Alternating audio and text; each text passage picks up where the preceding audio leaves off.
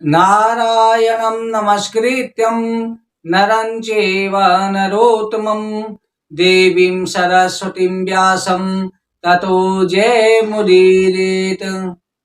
वृंदावन बिहारी लाल की जय। हरवंश महापुराण की जय। श्री सूत जी महाराज कहते हैं कि ऋषिवरों, वैशंपायन ऋषि कहने लगे कि एक समय पर अठेकदा द्वारिवत्यं वसतो रामे कृष्णयो सूर्योपरागसमहानासीत् कल्पक्षे यतः। एक समय बलराम और श्री कृष्ण के द्वारका में निवास करते हुए बड़ा भयंकर सूर्य ग्रहण पड़ा। उस समय पर ज्योतिषियों के द्वारा पहले से स्नान का समय दान करके सभी प्रवास क्षेत्र में कुरुक्षेत्र में सभी पहुंचे, क्योंकि परशुराम जी ने दुष्ट राक्षसों का वध करके 5 तालाब रक्त के यहाँ भर दिए थे लोक कल्याण के लिए। फिर उन्होंने यहाँ पर भगवान का यजन किया। सूर्य ग्रहण में स्नान करने के लिए पूरे द्वारकावासी आए। विष्णुवंशी, अक्रूर, वसुदेव, उग्रसेन, गद, प्रद्युम्न, सांब सभी वीर सुंदर रथों पर सवार होकर के कुरुक्षेत्र में स्नान करने को गए। अनिरुद्ध सेनापति कृतवर्मा ये दोनों रक्षा द्वारकापुरी की रक्षा में नियुक्त किए गए थे। कुरुक्षेत्र में पहुंचकर के सभी लोगों ने स्नान उपवास किया। भगवान श्री कृष्ण में हमारी भक्ति हो ऐसा संकल्प करके ब्राह्मणों को नाना प्रकार के भोजन करा करके उन्हें सोना, चांदी, वस्त्र, आभूषणों का दान दिया। अनेक प्रकार से स्वर्ण आभूषणों से सजाई हुई गौं का दान किया। वे सभी भगवान की आज्ञा से वृक्षों की छाया में बैठकर के यदुवंशियों ने भोजन किया। बहुत से अपने सैद संबंधी राजा लोग भी वहां पर आए, जो मत्स्य, उशीनर, विदर्भ, कुरु, काम्बोज, केकई, कुंती, आर्य, केरल अनेक देशों के राजा, पांडव और दुर्योधन पक्ष के भी बहुत से राजा लोग आए। नंद आदि गोप सभी ब्रज की गोपियां भी वहां पर आकर के सब परस्पर मिले। यहाँ पर स्वयं श्री राधा रानी भी आई। सभी ब्रजवासी भी आए। सभी कुशल समाचार पूछ करके भगवान श्री कृष्ण की चर्चा करने लगे। ब्रजवासियों का भी द्वारका वासियों ने स्वागत सम्मान किया। एकांत में भगवान की पत्नियां गोपियों से जाकर के मिली। भगवान श्री कृष्ण भी यशोदा मैया, नंद बाबा इनको प्रणाम करके गले से लिपट गए। सभी गोपियों ने भगवान से प्रार्थना करी कि हे नाथ, हमारा मन सदा आपके श्री चरणों में लगा रहे, ऐसा अनुग्रह करें। भगवान ने तथास्तु कहकर के मनोरथ पूर्ण किया। वो सब गोपियां भगवान का ध्यान करते हुए आत्म में सूक्ष्म शरीर से मुक्त होकर के अपने स्वरूप को प्राप्त हो गई। कहा जाता है कि ये गोपियां भगवान के साथ द्वारका गईं, परंतु द्वारका से फिर वापस ब्रिज में उनका सूक्ष्म शरीर पहुंचा। स्थूल शरीर वही चंदन के रूप में परिवर्तित हो गया, जो गोपी चंदन कहलाया। इधर जो है तथानुग्रह भगवान गोपीनां सा गुरुग्रति युधिष्ठिरामता पृच्छत सर्वाश्रयदो व्यदात। भगवान श्री कृष्ण ने गोपियों पर अनुग्रह किया। युधिष्ठिर सभी संबंधी आए, सभी ने कुशल समाचार एक दूसरे का पूछा।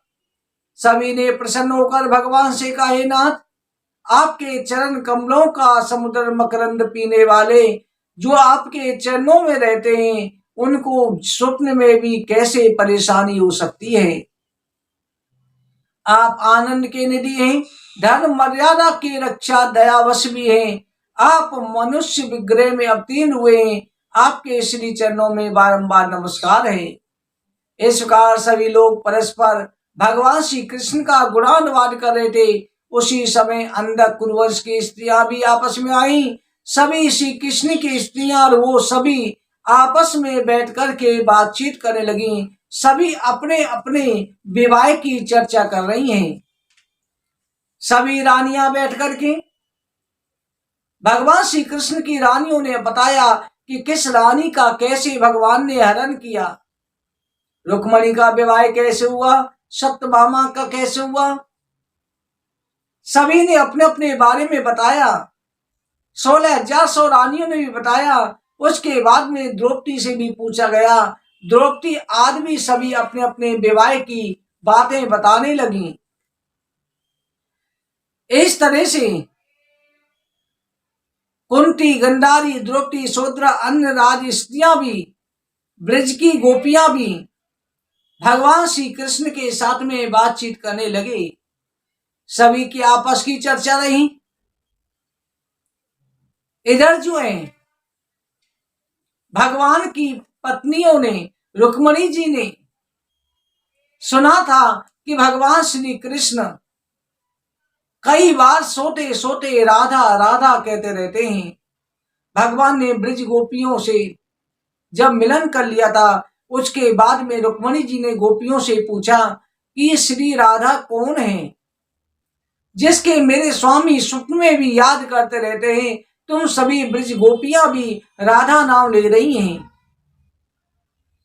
सभी गोपियां भगवान की पत्नियों को लेकर के राधा रानी के पास पहुंची। राधा रानी के दिव्य तेज को देखते ही, सुंदरता को देखते ही सभी रानियों का अभिमान दूर हो गया। रुक्मणी का भी अभिमान दूर हो गया। मेरी राधा रानी बड़ी ही सुंदर है, करोड़ों कामदेवों से भी ज्यादा राधा रानी सुंदर है।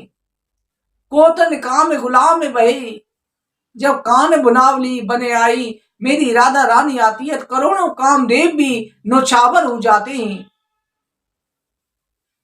राधा रानी की रूप को देख करके, राधा रानी की चर्चा सुन करके सभी रानियां राधा रानी की सेवा करने लगी।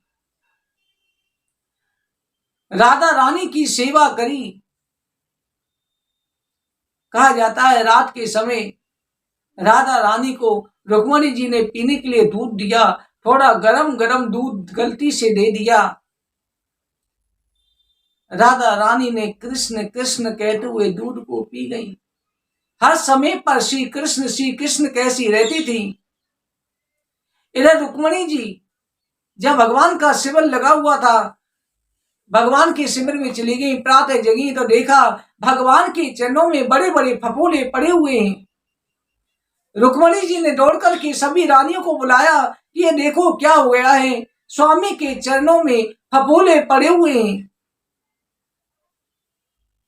इतने बड़े फफोलों को देख करके वैद्यराज को बुलाया गया। कहा कि मानो ऐसा होता है कि किसी ने गरम गरम पानी डाल दिया हो।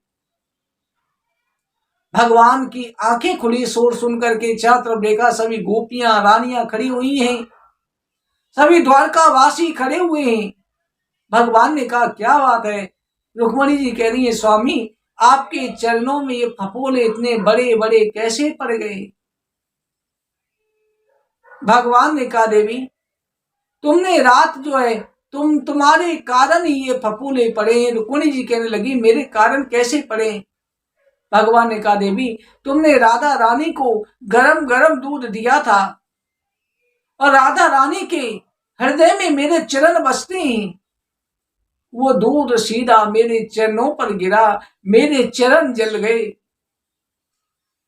ये देख करके रुक्मणी जी व्याकुल हो गई, आंखों से आंसू आ गए। जाकर के राधा रानी के चरणों में गिर पड़ी, क्षमा याचना करी, प्रभु के चरणों में गिर पड़ी कि ऐसा प्रेम तो हम भी नहीं कर पाते। ऐसा अद्भुत प्रेम कि गरम दूध राधा रानी को पिलाया। और मेरे ठाकुर जी के चरण इतने कोमल हैं कि उनमें फफोले पड़ गए। ऐसी राधा नाम की अद्भुत महिमा है। भक्तों तभी कहा जाता है राके कहे राज मिले, ढाके कहे सूर्यदाम, सूर्यदास राधा कहे पीछे न छोड़े श्याम। रा के कहने से भगवान त्रिलोक की संपत्ति दे देते हैं, राजपाट मिल जाता है, सारी व्याधाओं का नाश हो जाता है। और धा के कहते ही भगवान अपना गोलोक धाम छोड़ करके उसके पीछे पीछे चलते हैं। राधा नाम सुनने के लिए मेरे ठाकुर जी पीछे पीछे चलते हैं। राधा राधा राधा ये सुनने के लिए लालायित रहते हैं। मेरे गोविंद कहते हैं कि एक बार राधा नाम फिर सुनाओ, राधा नाम फिर सुनाओ।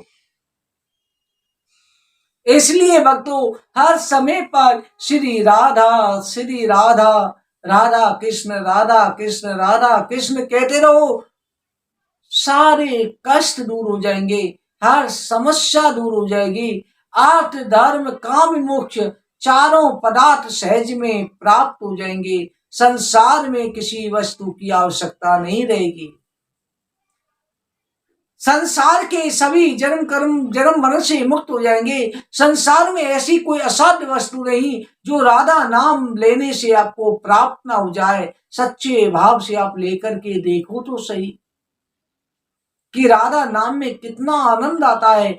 आप प्रेम से कहो राधा राधा, प्रेम से कहो तो देखो एक अद्भुत आनंद की प्राप्ति होती है। भक्तों आज की कथा कहीं पर विश्राम करते हैं।